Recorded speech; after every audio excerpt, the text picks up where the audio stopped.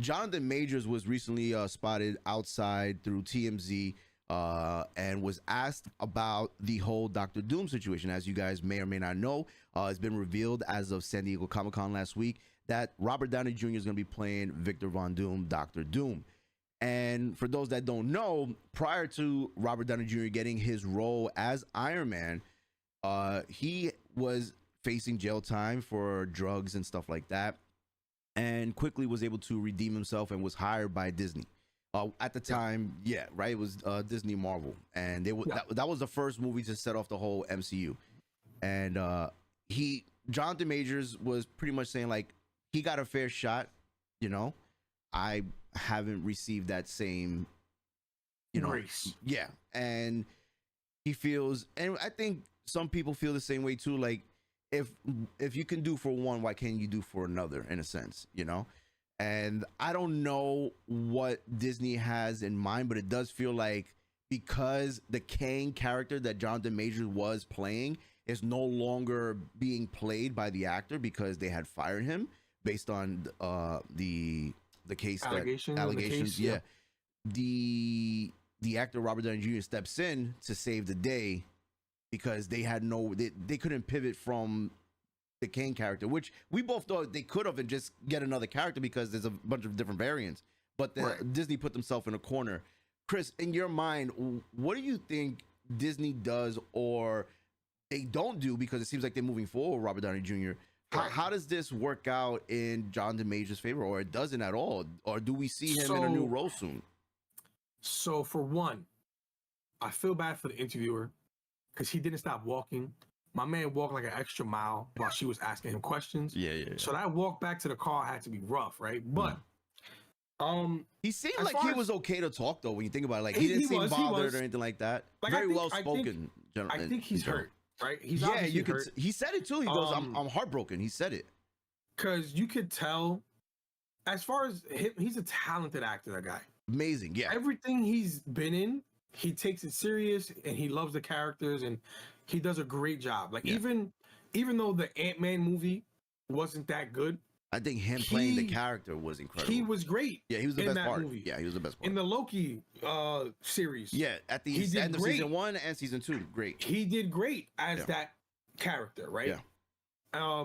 And then, like you said, Marvel kind of put themselves in a bind by doing the scene at the end of Ant-Man where it showed the Council of Kings, and all of them looked like Jonathan Majors. Yeah. Well, majority. There was some that was like there was a monkey. There was like Aztecian looking one. Yeah, like he had a whole mask. Like, it was different, but majority of them looked like Jonathan Majors. Yeah. So I feel like they probably feel they put themselves in a hole there. Like, what are we supposed to do now? Mm-hmm. So they literally pivoted from the whole Kang the Conqueror, Kang Dynasty, multiversal saga, but Kang as the main guy for this saga. Not only, I don't think because of just his situation, I think in general it just wasn't working. Because the way, just the stories were just not hitting. I think the Ant-Man movie kind of messed him up as a character, right? Because they were trying to introduce him as the next big bad. Yeah. But they did a horrible job of making him seem scary. Yeah, like, it didn't feel like Thanos. Introduced Thanos, it was one little scene, and it was like, yo, I'm the boss. Mm-hmm. That guy, he's my underling. These are the worst. This is the worst army I have. Have fun. Right? Yeah. Here, they kind of made him lose. Yeah, putting him in Ant-Man was bad. They should have featured him as the bad. Yeah. Right. Especially with Ant-Man. Yeah. Ant-Man, I love Paul Rudd as an actor, and I think he plays the character well. Yeah. But he's not like the guy. Yeah. Now, if you put Kang in like Doctor Strange or something of that nature where like you can fight him for real, that makes sense for him losing because Doctor Strange is the Sorcerer Supreme. He's very strong. Mm-hmm. Makes sense. But as far as like Jonathan Majors' situation and all that kind of stuff, like, I don't think it's necessarily fully comparable, right? Because you're comparing to what Robert Downey Jr. did as far as the you're drug comparing abuse, a drug addiction, to an assault, domestic abuse, mm-hmm.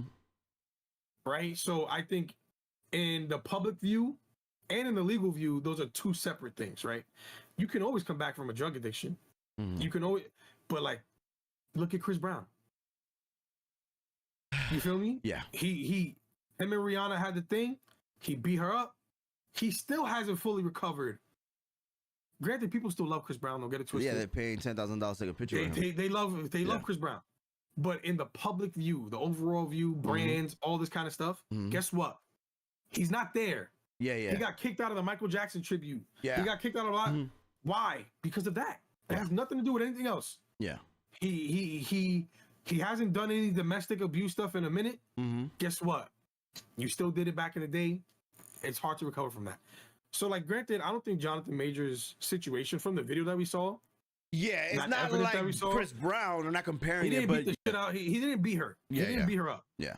It really looked like he was defending himself, but you know, you push her, all that kind of stuff. It gets a little muddy, and you know, stuff happens. Yeah. Now, what his situation is comparable to me is Ezra Miller, which the interviewer also mentioned. And I was gonna get to that too. Yeah.